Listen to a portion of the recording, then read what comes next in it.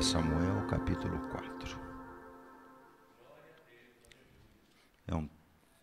É um capítulo de 22 versículos, nós vamos ler alguns deles. Então diz assim a palavra do Senhor: Veio a palavra de Samuel a todo Israel. Israel saiu à peleja contra os filisteus e se acampou junto a Ebenezer. E os filisteus se acamparam junto a Afeca. Dispuseram-se os filisteus em ordem de batalha para sair de encontro a Israel. E travada a peleja, Israel foi derrotado pelos filisteus. E estes mataram no campo aberto cerca de 4.000 homens. Voltando o povo ao arraial, disseram os anciãos de Israel: Por que nos feriu o Senhor hoje diante dos filisteus? Tragamos de Siló a arca da aliança do Senhor, para que venha no meio de nós e nos livre das mãos de nossos inimigos. Mandou, pois, o povo trazer de Siló a arca do Senhor dos exércitos, entronizado entre os querubins. Os 2 filhos de Eli, Hofni e Finéias, estavam ali com a arca da aliança de Deus. Sucedeu que, vindo a arca da aliança do Senhor ao arraial, rompeu todo Israel em grandes brados e ressoou a terra. Pula para o 10. Então pelejaram os filisteus. Israel foi derrotado e cada um fugiu para sua tenda. Foi grande a derrota, pois foram mortos de Israel 30.000 homens de pé. Foi tomada a arca de Deus e mortos os 2 filhos de Eli, Hofni e Finéias. Agora para o 20. Ao expirar, disseram as mulheres que a assistiam, a nora de Eli: Não temas, pois tiveste um filho. Ela, porém, não respondeu nem fez caso disso, mas chamou ao menino e acabou, dizendo: Foi-se a glória de Israel. Isto ela disse porque a arca de Deus fora tomada e por causa de seu sogro e de seu marido. E falou mais: Foi-se a glória de Israel, pois foi tomada a arca de Deus. Pai Celestial, Senhor, nós estamos diante da Tua palavra, Senhor. Senhor, e a Tua palavra é tudo para nós. Como nós precisamos que o Teu Santo Espírito fale conosco, nesses tempos, Senhor, de tantas vozes, que o Senhor venha a nos ajudar, a não sermos confundidos e nem enganados, mas que a Tua verdade seja revelada aos nossos corações, em nome de Jesus. Amém. Meus amados, no início desse culto, durante os louvores, 2 cânticos falavam de glória, a glória do Senhor. E esse último agora fala que se nós queremos a glória do Senhor nas nossas vidas, nós temos que deixar Deus mudar as coisas de lugar na nossa vida. Porque assim Deus vai estar agindo em nós como Ele quer, não como nós queremos. E nesse texto que nós lemos, que é um relato do período de Juízes, um período que levou cerca de 300 anos. E quando nós olhamos para esse livro, nós vemos que havia uma instabilidade espiritual grande. Ora, o povo estava em obediência, ora, o povo estava em desobediência. E como consequência da desobediência vinha o castigo e o juízo de Deus. Mas aí nesse povo então clamava ao Senhor. O povo se arrependia. E aí Deus promovia então a restauração, a prosperidade, a vitória. Mas aí o povo pecava novamente. E aí vinha um novo juízo de Deus. E Deus usava as nações da época para serem juízo para o povo de Israel. E um dos povos que mais afligiu Israel foram os filisteus. O pastor Carlos, ele leu lá o capítulo 7, quando fala do último juiz, que é Samuel. Eli e Samuel foram os últimos juízes. Mas nós vemos uma diferença entre Eli e entre Samuel. Nós vemos que no período de Eli, que julgou 40 anos, nós vemos como que terminou esse povo. Com a glória do Senhor saindo daquele povo. Daí o nome daquele menino se chamar Icabô. A glória do Senhor se retirou. Mas quando a gente olha para Samuel, nós vemos então a expressão Ebenezer, que significa até aqui nos ajudou o Senhor. Num nós temos a ausência da glória do Senhor, no outro nós temos a presença da glória do Senhor. Toda atitude da nossa parte vai gerar consequências. É o princípio da semeadura. Aquilo que você semeia é aquilo que você vai colher. Nesse capítulo 4, no verso de número 3, nós vemos que após a peleja com os filisteus e após o povo ser derrotado, quando cerca de 4.000 homens caíram do povo de Israel, esse povo ali no arraial, ele faz uma pergunta. Por que nos feriu hoje o Senhor diante dos filisteus? E essa é uma pergunta que muitos fazem diante das dificuldades. Por que o Senhor permitiu isso na minha vida? Mas esse texto nos ensina algumas coisas que nós vamos falar essa manhã. Esse povo estava fazendo uma leitura errada desta pergunta que eles estavam fazendo. Porque eles achavam que a ausência da arca é que era a responsável pela derrota do povo. Quando na realidade, o que causou a derrota deles foi a desobediência e foi o pecado. Muitas vezes, nós achamos que o simples fato de terem algo do Senhor, algum objeto sagrado, isso por si só vai nos trazer vitória. Quando na realidade o Senhor quer de nós arrependimento, quebrantamento, contrição. Eles não estavam buscando o Senhor. Então, significado para nós é que nós não devemos nos apoiar em objetos sagrados. A arca era um símbolo da presença do Senhor. Mas eles achavam que pelo simples fato de ter um objeto sagrado, já era suficiente para eles terem a vitória. A vitória estava garantida. Não importava o modo com que eles estivessem vivendo. E muitos hoje pensam assim. Deus é misericordioso. Deus é gracioso. Deus é perdoador. E Ele é tudo isso. Mas Deus então vai me perdoar. Deus vai me aceitar como é que eu sou. Mesmo no pecado? Nós não podemos anular o caráter santo de Deus. Nós não podemos brincar com isso.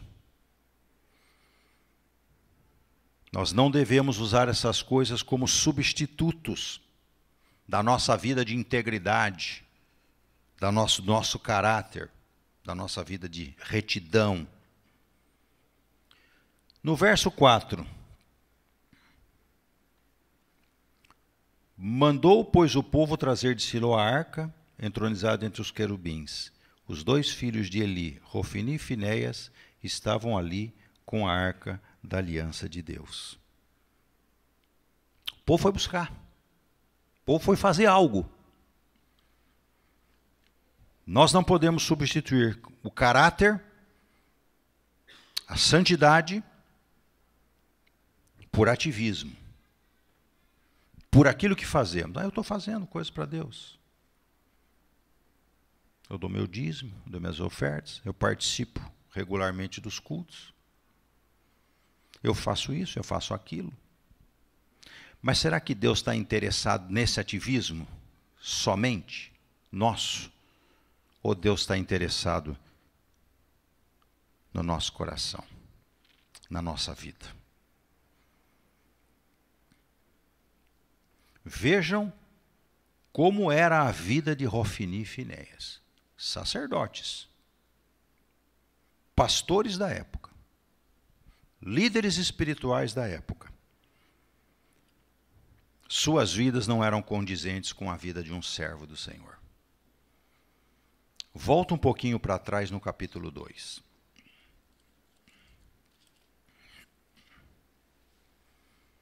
Veja o versículo de número 12. Eram, porém, os filhos de Eli, filhos de Belial. Meu Deus. Eram filhos do diabo. Faziam a vontade de Belial. Ou seja, viviam numa mentira, porque o diabo é o pai da mentira. Viviam uma vida de hipocrisia. Obrigado, meu irmão. Obrigado, missionário. Viviam uma vida de hipocrisia. Quantos não vestem uma capa de religiosidade e usa essa capa? Mas se não tiver mudança interior, lá na família vai perceber, lá no trabalho vai perceber, aonde você estiver fora da igreja vão perceber. Temos que ser verdadeiros, meus irmãos.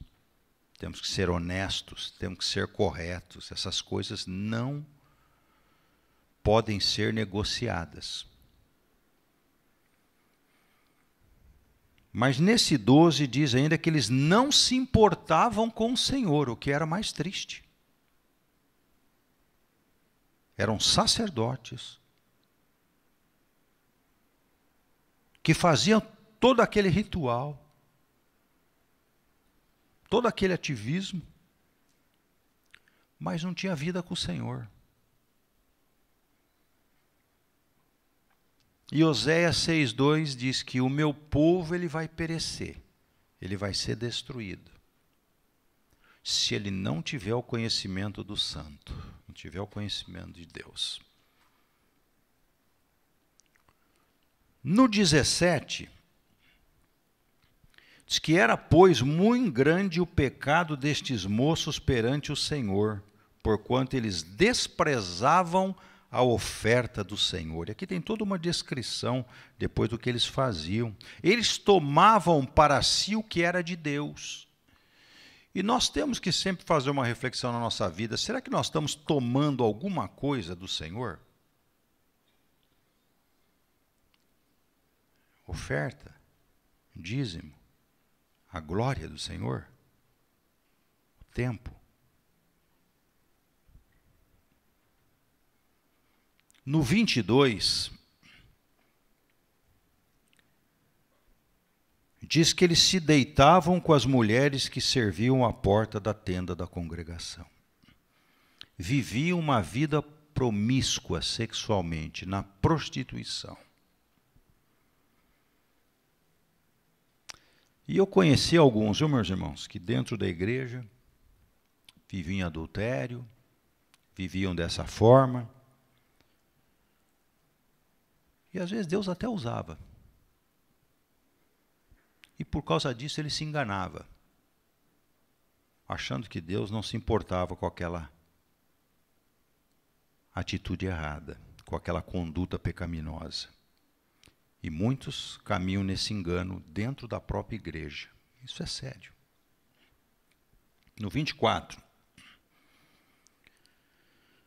Não, filhos meus, O pai falando deles, Eli falando com seus filhos. Porque não é boa fama esta que ouço.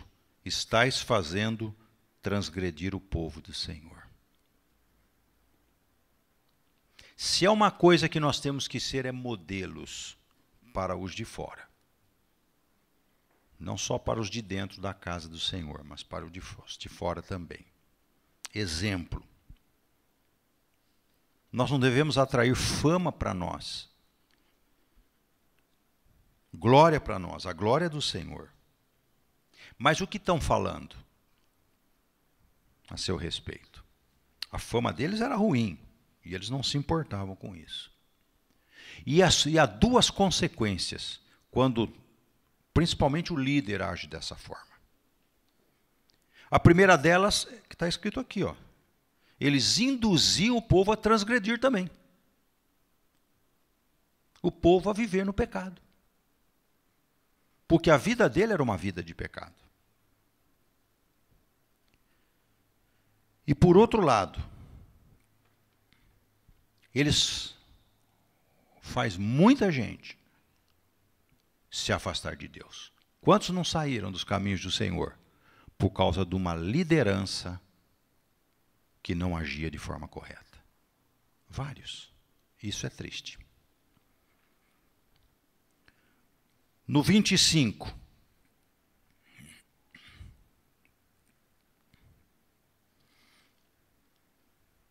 diz assim: entretanto, não ouviram a voz de seu pai, porque o Senhor os queria matar. Chega um ponto que eles não ouvem mais conselhos. Já está cauterizado. O coração já começa a ficar endurecido, insensível, e já não ouve mais os conselhos. E a consequência, vamos lá para o 4:11, o texto que nós lemos, é que os dois filhos de Eli, Hofni e Finéias, foram mortos. Morte física e, o que é pior, morte espiritual.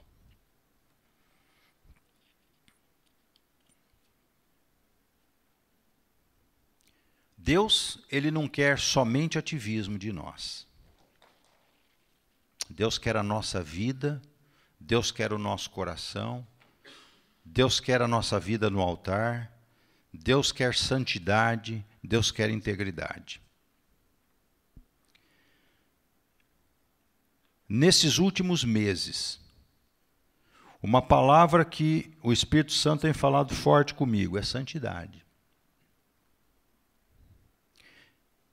E por onde quer que eu vou, quinta passada, estive numa igreja lá em Matão. E como o Senhor falou ali de santidade.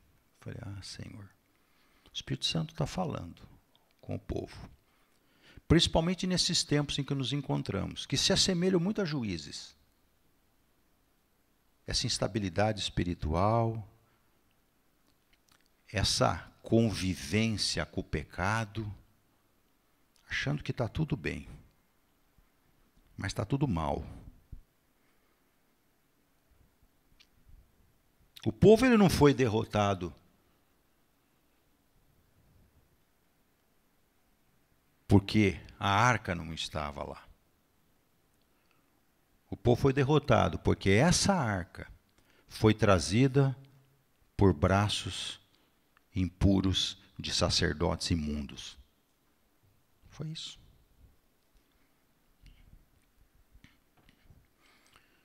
No 5, diz que quando a arca chegou ao arraial, todo Israel rompeu em brados, ressoou a terra. Houve júbilo, houve cantoria.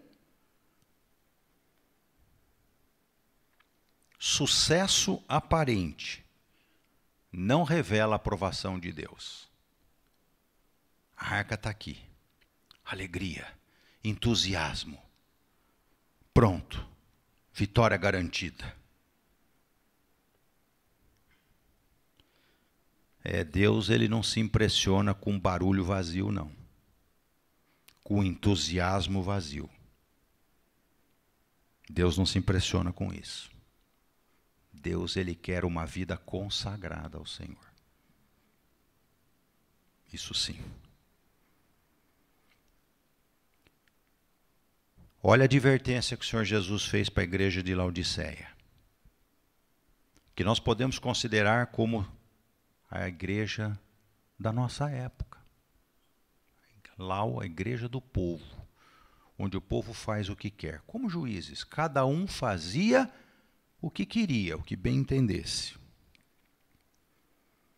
Essa igreja se considerava rica, abastada, mas qual foi a palavra de advertência do Senhor? Palavra dura. Você é infeliz. Você é miserável, pobre, cega e nua.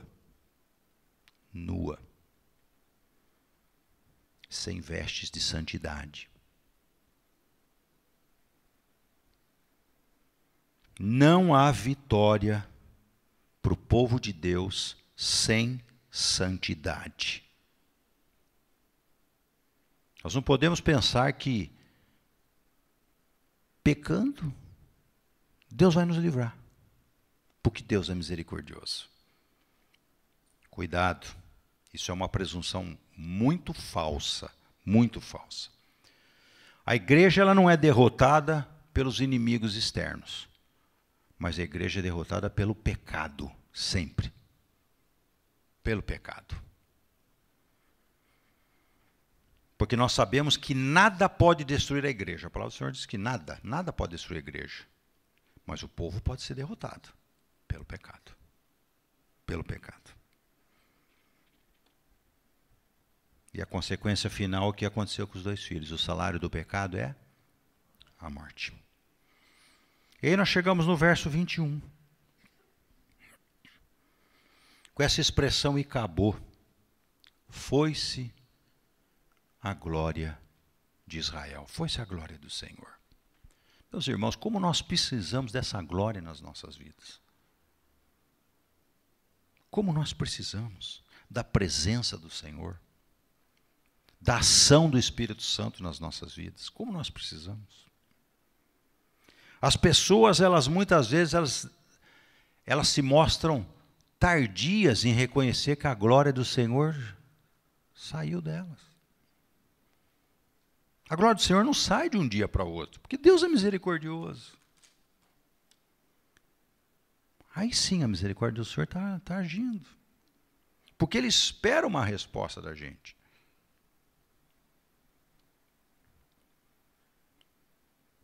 A pessoa ela vai gradativamente pavimentando o caminho da derrota, o caminho da perdição. Gradativamente. É como uma estrada que vai sendo construída. E isso me fez lembrar do Salmo 1, que é uma advertência para nós. O que o Salmo 1 diz? O Salmo 1 é exatamente o caminho da perdição. É esse caminho. Ele diz que bem-aventurado o homem que não. Né? Então, o caminho é o que faz. Né? O homem que não anda no conselho dos ímpios. Não anda. Não está andando. Nem se detém. Aí já parou. No caminho dos pecadores. Nem se assenta. Caiu. Sentou. Na roda dos escarnecedores. Esse é o caminho que nós temos que evitar. Que muitos estão pavimentando hoje. Sem perceber. Achando que andar um pouquinho com o ímpio não tem problema. Com os escarnecedores não tem problema. Os pecadores não tem problema. Não, meu pecado não é tão grande. Nós temos que tomar muito cuidado. Um belo dia, Deus tira a sua glória. E aí se fica à mercê do diabo. No 2:27, se nós voltarmos para trás, no 2:27, diz assim, ó, veio um homem de Deus a Eli e lhe disse, assim diz o Senhor. Percebam que Deus sempre avisa. Deus sempre avisa de alguma forma.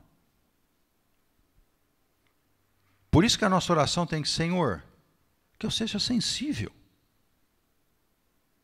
à voz do teu Santo Espírito, à correção, à disciplina. Porque se é uma coisa que o povo gosta, é das promessas da palavra. Eu também gosto. É dos sim. Mas passa por cima do não. Passa por cima da exortação. Passa por cima da advertência.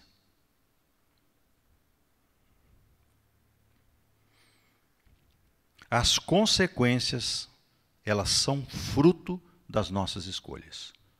Aquilo que a gente escolhe. Quais são as consequências que esses homens escolheram? No 2:30, veja só. O que Deus fala? Porque aos que me honram, eu honrarei. Os que me desprezam serão desmerecidos. Então, a primeira consequência, desprezo, desmerecimento e desqualificação. É isso que Deus está falando. No 31, eis que vem em dias em que cortarei o teu braço e o braço da tua casa. Perda da autoridade espiritual. Como é que nós vamos enfrentar as lutas? Nós vamos enfrentar essa batalha espiritual sem autoridade. Nós vamos ser derrotados. No 32, e jamais haverá velho em tua casa.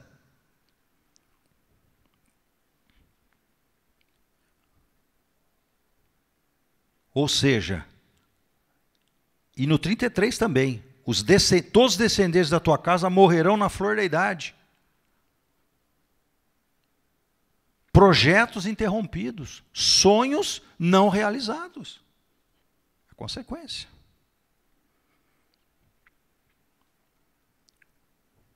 No 33 também, diz que o homem, porém, da tua linhagem, a quem eu não afastar do meu altar, será para te consumir os olhos e para te entristecer a alma. Angústia, depressão, vai vir.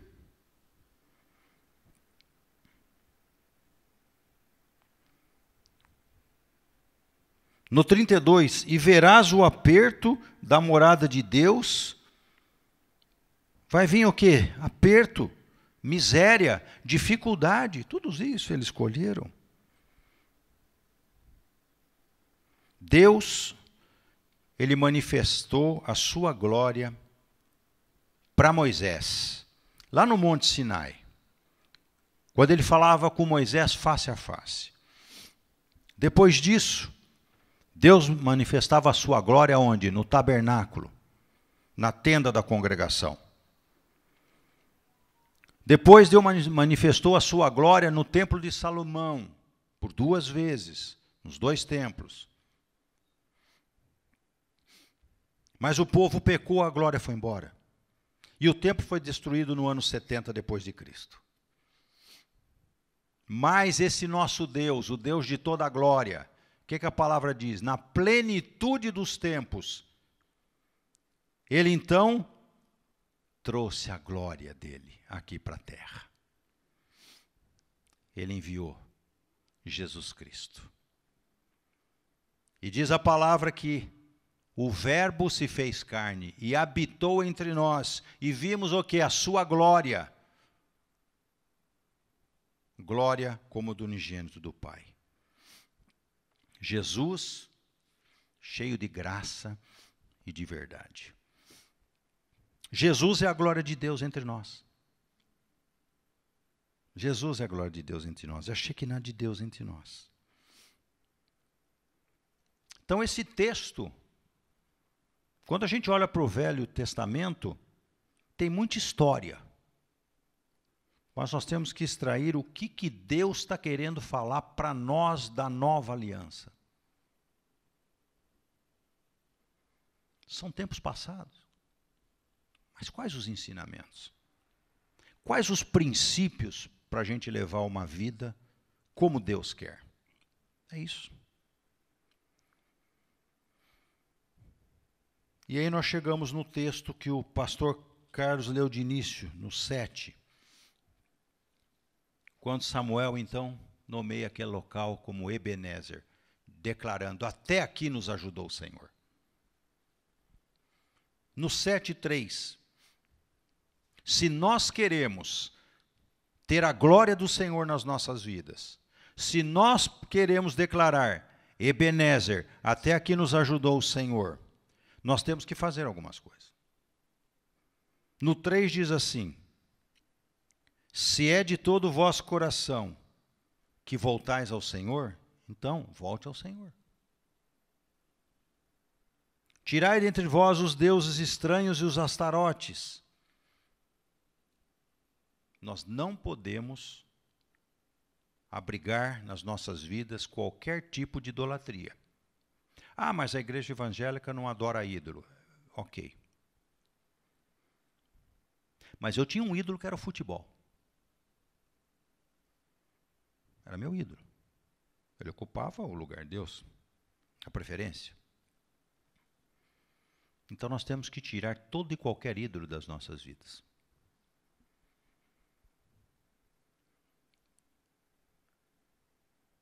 Preparai o coração ao Senhor. Ou seja, consagre-se ao Senhor. Vida de consagração. Nesses tempos é isso que nós precisamos. Está tudo difícil. Está tudo confuso.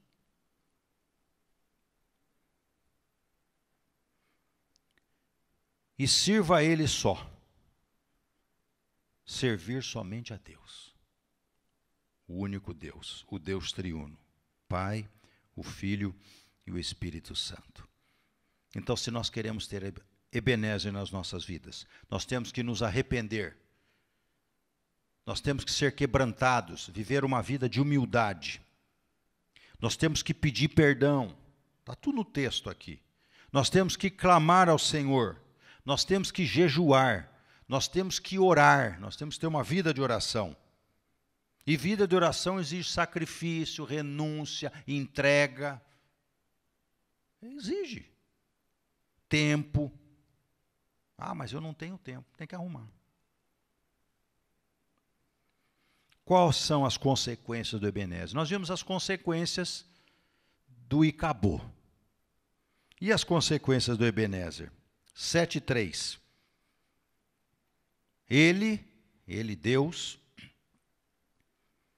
vos livrará das mãos dos filisteus. Deus vai livrar você das mãos do inimigo.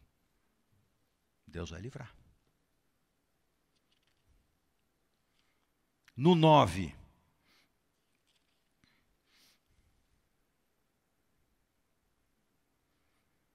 Clamou Samuel ao Senhor por Israel, e o Senhor lhe respondeu. Deus vai responder às suas orações. E vai fazer aquilo que for melhor para a sua vida. No 10. Mas trovejou o Senhor aquele dia com um grande estampido sobre os filisteus e os aterrou de tal modo que foram derrotados diante dos filhos de Israel. Deus vai se manifestar a você de forma sobrenatural. Deus vai se manifestar. O sobrenatural de Deus vai vir sobre a vida, sua vida. Nesse mesmo 10, a outra promessa é que o inimigo será derrotado, a vitória é certa. A luta é grande, mas Deus vai dar vitória, em nome de Jesus Cristo. No 14, e houve paz entre Israel e os amorreus. Haviam tomado o que os filisteus haviam tomado a Israel, foram-lhe restituídas. Então Deus vai restituir aquilo que foi tomado de você pelo inimigo. E finalmente, que eu li, vai ter paz na sua vida. Vai ter paz na sua vida. Essa paz tão gostosa, tão maravilhosa, que eu senti uma única vez na minha vida, da forma assim plena. Eu estava no consultório, acho que eu já compartilhei aqui. Então, do consultório veio o pensamento. Senhor, estou vendo no intervalo de uma consulta e outra. Eu fui na direção da minha mesa, fui para sentar. Antes de sentar, eu não consegui, eu não aguentei. Quase que eu caí. Me encheu uma paz que eu nunca senti na minha vida. Mas um gozo, algo indescritível. Eu falei, Senhor, eu quero isso sempre. Só tive aquela vez. Mas Deus pode trazer isso para a vida da gente. Amém? Para terminar, então eu quero que os amados abram lá em Hebreus, no capítulo 12. Hebreus 12, de 1 a 3. Hebreus 12, de 1 a 3.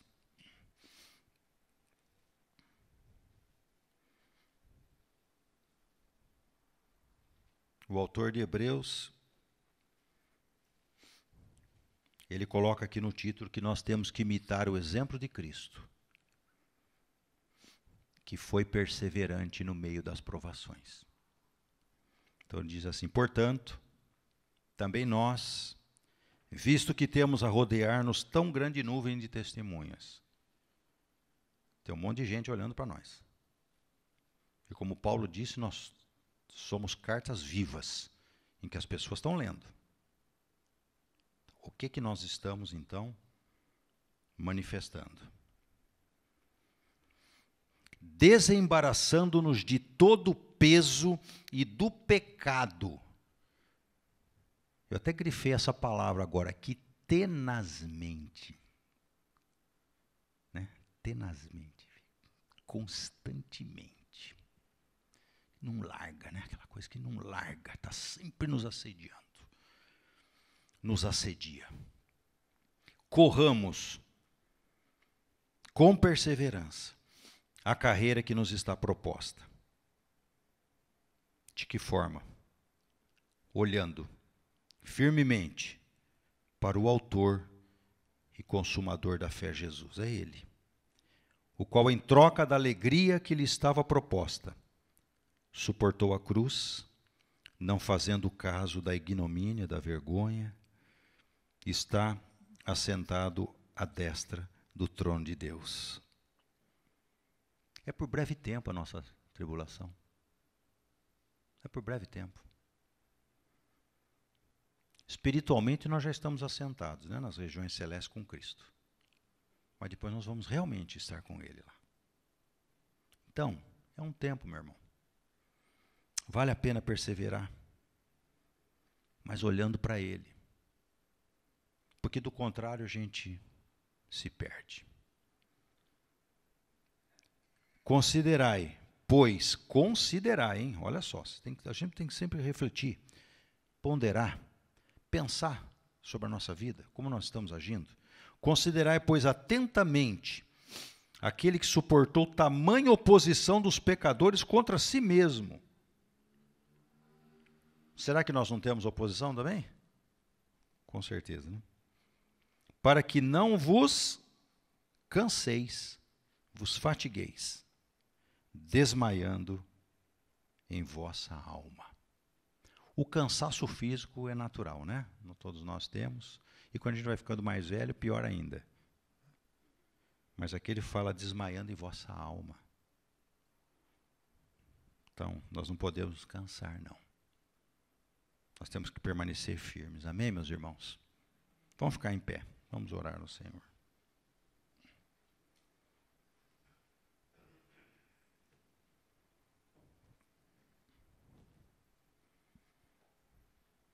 Se você tem algo de Deus, algo que você precisa da parte de Deus, a glória do Senhor está nesse local. O Ebenezer, o Senhor, que até aqui tem nos ajudado, está aqui no nosso meio. Então coloca diante do Senhor. Nós vamos orar agora. Pai, Senhor, nós ouvimos a Tua palavra, Senhor. A Tua palavra que nos exorta a levarmos uma vida de santidade. que nos exorta a não brincarmos e nem negociarmos com o pecado, Senhor. Que nos exorta, Senhor, a sermos como Jesus Cristo, a não olharmos para o sofrimento da forma errada, mas entender que em todas as coisas nós somos mais que vencedores por meio de Cristo que nos amou primeiro. Ajuda-nos nesse caminho. Caminho estreito é verdade, caminho difícil, mas é um caminho de santidade. É um caminho que conduz à vida eterna. Que nós possamos caminhar com Cristo, que é esse caminho. Na verdade de Cristo, porque Ele é a verdade. E com a vida de Cristo, porque Ele é vida, e vida com abundância. Senhor, nós como Teu povo agora colocamos mais uma vez as nossas vidas diante de Ti. Nós queremos, Senhor, como povo Teu, pedir perdão pelos nossos pecados. Queremos, Senhor, que o Senhor nos ajude a nos consagrarmos mais. Queremos, Senhor, colocar as nossas dificuldades diante do Teu altar. Porque nós sabemos, ó Deus, que o Senhor há de trazer alívio para a nossa alma. E o Senhor há de alegrar o nosso coração. E a paz que excede todo entendimento, que só o Senhor pode nos dar, estará conosco todos os dias da nossa vida. Senhor, ajuda-nos a perseverarmos firmes. Nós te pedimos nessa manhã, e que as nossas lutas, dificuldades, problemas, necessidades, que são patentes ao Senhor, porque o Senhor conhece tudo, nós entregamos ao Senhor. Nós colocamos diante do Teu altar. E nós vamos sair daqui esta manhã, certo de que o Senhor já tomou conta de tudo. E nós vamos colher testemunhos a respeito disso. Por isso nós te agradecemos. Em nome de Jesus. Amém. E graças a Deus. O Senhor seja louvado.